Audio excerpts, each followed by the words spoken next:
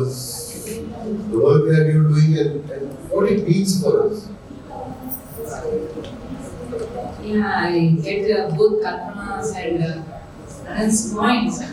So, as Kalpana was saying, like, we need to really know the ground truth. I always quote in my presentations, there was like one Queen Mary Antoinette. To him, to her, someone comes and says, he's very poor, he can't even eat a piece of bread. Then she says, why can't he eat a piece of cake? So the thing is, we are not addressing the ground problems and trying to say 100 smart cities, 200 days smart villages, and everyone is planning, everyone is spending money. The intentions are good, but are we going to the ground level is one issue. And one more thing, like as Anant was saying, like Maringanti was one solution, right? So one example, like I work on the smart city living lab. What we thought is the smart cities, everyone is talking. They're like good, bad, sad stories.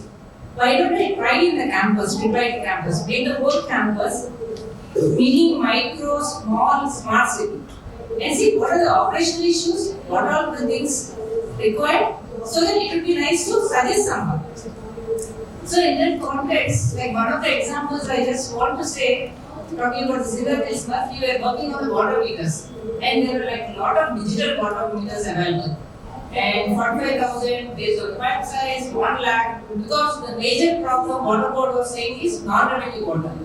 I am supplying 42 rupees per litre, but I am paying money 12 rupees per litre. Because it is a manual monitoring, some may monitor or give some value, and some may pay, some may not pay. So then when we deployed the digital water meters, we realized it was like 45,000 a piece, and we thought if we want to do a smart solution, as per my definition is, smart solution is not like higher technology or high cost device, it should be a device or solution which can reach more people and easy to deploy. So then we were having a discussion being a technology institute. Then we said we have those blue water meters with a reading on the dial. Most of you might have seen in your houses. So if we want to change those water meters, we are creating extra waste, extra cost, and people will not be ready to buy government or people to invest so much money. So what we thought is, why don't we take camera on the top of it, take a reading, use some ML, DL algorithms, and send the digits to the Wi-Fi. And it was like $5,000 to do that. So the solutions we need to think is like, we have some infra, because as Anant was saying, it's a flat land, we have built the houses, so we can't demolish all the houses and make some new changes. We need to accept the truth. Now, within that, how do we make it smarter? And from here, at least can we say 0.0 and start developing solutions to make it more viable. And one more thing, we were measuring air pollution, and the government I was talking, and everyone don't want to see on the dashboard that pollution is bad. So they were saying, I don't want the air quality, if something good happens, show it on the dashboard. Because everyone loves to see good things on the road. But the thing is, again, we need to know the ground reality. So now, Hyderabad, whatever earlier, like my father used to say, it used to be called as Deccan Plateau, but where do we see stones? We need to go to Hajaguda only to see the stones. Yes. Yeah. Earlier in Hyderabad, there was like a lot of stones, and now nothing is there.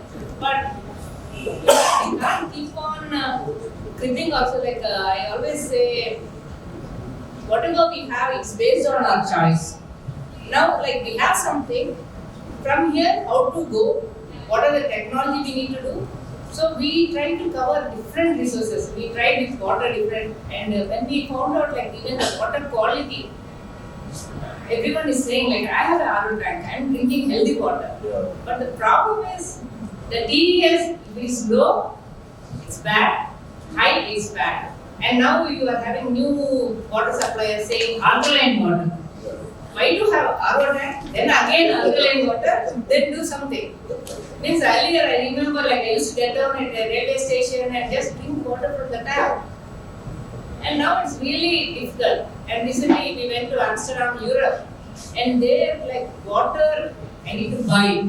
and spend some pounds or European, right? Yeah, it's like juice. And I really started thinking very soon India also will be like, water, you have water?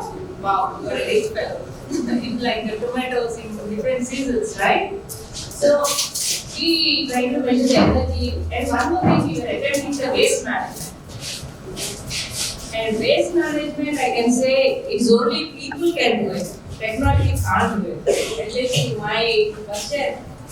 Because whatever you put, and our citizens are so smart, it's like car seatbelt. They say wear a seatbelt for driving, and they have that Chalana sleep.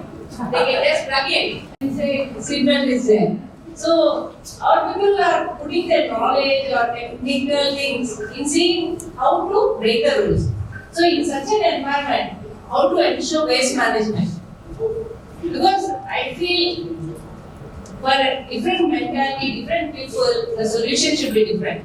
So I was telling like earlier, stopping at a red signal, no one cared. Now we started taking photos, challans, 1,000 rupees, and everyone is stopping 2 feet behind. So this is the mentality. Like even people go to US and they come back, they try to stop, give the stop sign in US, but when they come to India, it's like democratic country.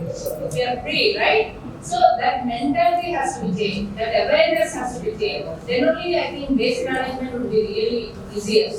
We could put technology, we could use some credits, bonus or something. No. And some places it worked also. Bonus like I heard in Punjab or one of the states, the energy consumption they said if you consume 600 watts, 600 kilowatts for a certain period of time, less than that you need not pay anything. Anything 1 watt above also you should pay for the above. So then people started looking at it like which is causing extra energy consumption. So how do we measure that? For that we need all these sensors that we try to deploy and see what all parameters can we measure. And one more thing like logging, drought and floods. So the problem is most of the lakes are covered with buildings and the water, the core water goes the way it used to go, right? Definitely it will go into that area only. That is how clogging happens. Now the new constructions, some of the constructions what they are trying to do is they are trying to build some pipes below the, so that making way for the water. So at least some permissions, policies, it should be such that at least now let us stop. We define these are the rules for building a house. These are the rules. Unless we stop that, I don't think after a few years people will be seeing what is a lake, searching the Google instead of understanding what lake means, right? So technology we should use and it's a high time that like really need to deploy, get to the cities and we talk to a lot of government authorities as Kalpana was saying earlier. It should be one common platform, one common aim. It is so happening, everyone wants to do something and give it to themselves. So like we had a challenge for smart solutions. We just threw a challenge and believe it or not, 176 applications came. That means there are so many people in India who are doing real good solutions. But having a common platform, deploying, is it one more challenge which I felt is needed. And that is one thing. And one more thing like policy, when I talked about it, what I feel is, okay, sensors we are deploying, let us say. But some policies may be hard enough to ensure that data security, data privacy is protected. So if not, it would be again another major problem. So these are some of the issues. Yeah. Thanks. And Ullah, it's good that these young boys and girls come in as you speak. So I hope you're listening to her. And the point that she made was that there are problems, but there are 176 solutions to those problems. And those problems come from people like you who understand that you have to solve them. And another point that she makes is how does one incentivize good use? Or how does one incentivize conservation?